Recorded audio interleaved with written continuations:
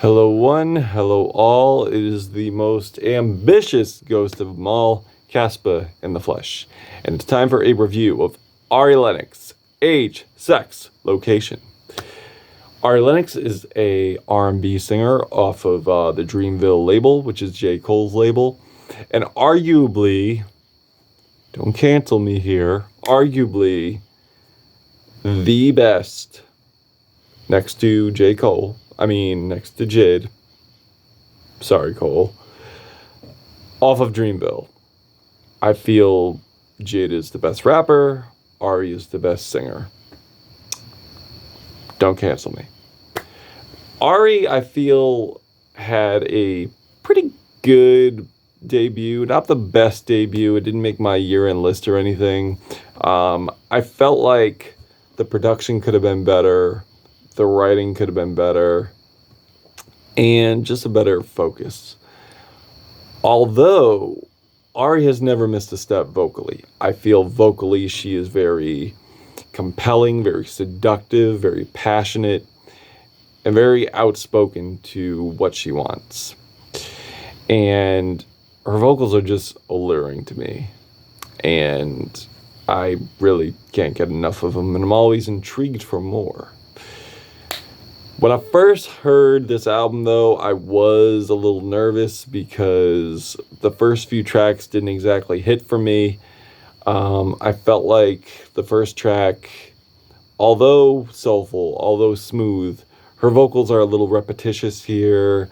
I do feel like she is pulling a little bit too much from the Erykah Badu playbook, but that's just me. And Hoodie, although sexual, although kinky, maybe it's the vegan in me.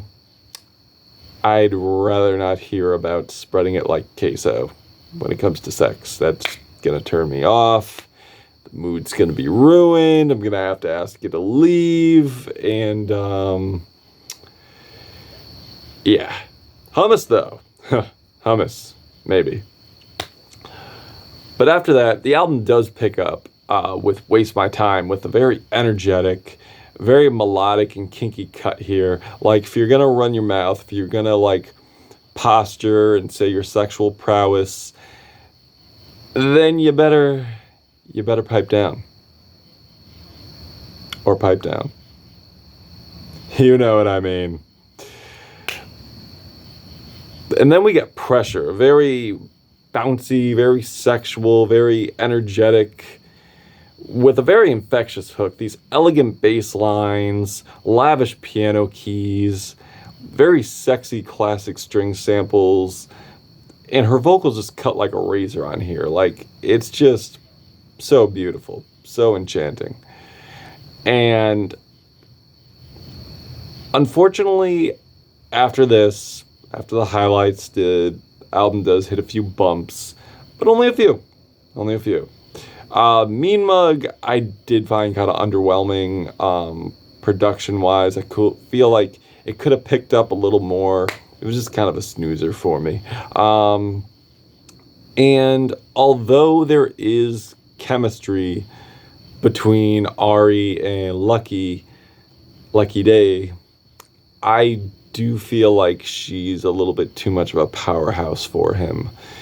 But, you know, the concept's cute. You know, he's trying to woo his way into her pants, and it's just not going as well as planned.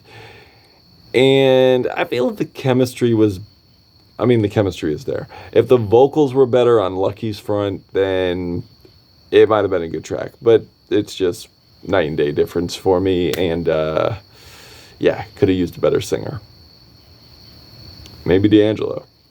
But yeah, other than that, the album does pick up very well when it comes to Stop By, which is a very enticing sexual invitation over some sparse production, very entrancing leads. And Outside has these like watery but like sexy bass lines with these very profound, empowering lyrics, with these soulful, psychedelic, funky passages and classic piano licks. And then we get Leakit, which is this super hot, like alluring, sexy, and passionate menage of the melodies, if you will, with Chloe and Ari, and these fat bass lines, fiery, bold vocals, and these angelic, heavenly harmonies that just bring me to this, like, or this wonder of sex and majestic passion. And Chloe, oh my God, like the way she rides this beat, like with her vocals, like she absolutely savages it. Like it's very lush, you know, very dreamy. And she's just very aggressive on here. Like she's sexually aggressive on here. And it just, the way it complements the progression of like the melody, like she just absolutely kills it. And then we get this meditative blocking you, which is very, very nice, very healing. And I feel like due to the meditative state of this track, it complements the concept very well, because Ari's just trying to just block out all this negativity that's coming her way, from dudes talking shit from their mom's basement, to a bitch cutting her off, to also things that are just, you know, not human, like ADHD or detriments to her health. She's just trying to block that out. She's trying to have this escape and just relax for like a few days. And it's very relatable, very relatable. And then we got Queen Space, which is an excellent closer. I do feel like this one right here, without a doubt, really complements the essence of a closer. It's very elegant, very dreamy. I feel like certain stops here and there with the production really give you this sense of finality. And also, I feel her and Summer have good chemistry too. Now, there were some tracks here that underwhelmed me production-wise, and a weak feature, but only one. And we know which one that is. But seriously, I feel like the overall album is a great album. I feel it had more of a narrative here, with that narrative being that you could pursue someone, you could desire someone, but also find yourself as well. Also cherish the space that you get, and don't let anyone waste your time.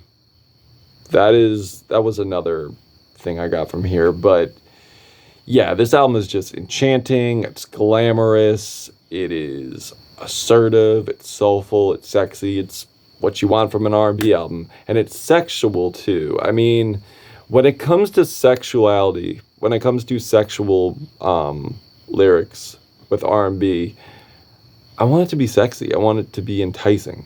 You know, some R&B singers just make it sound corny. And why? Sex is great. Why would you want to make it corny and goofy when you're trying to make it sexy? I don't know, but Ari nails it here. I am feeling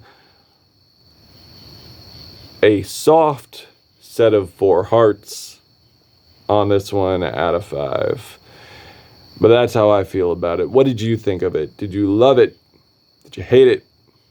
And why? Ari Lennox, age, sex, location. Caspa, the Gothic Ghost. Till we meet again.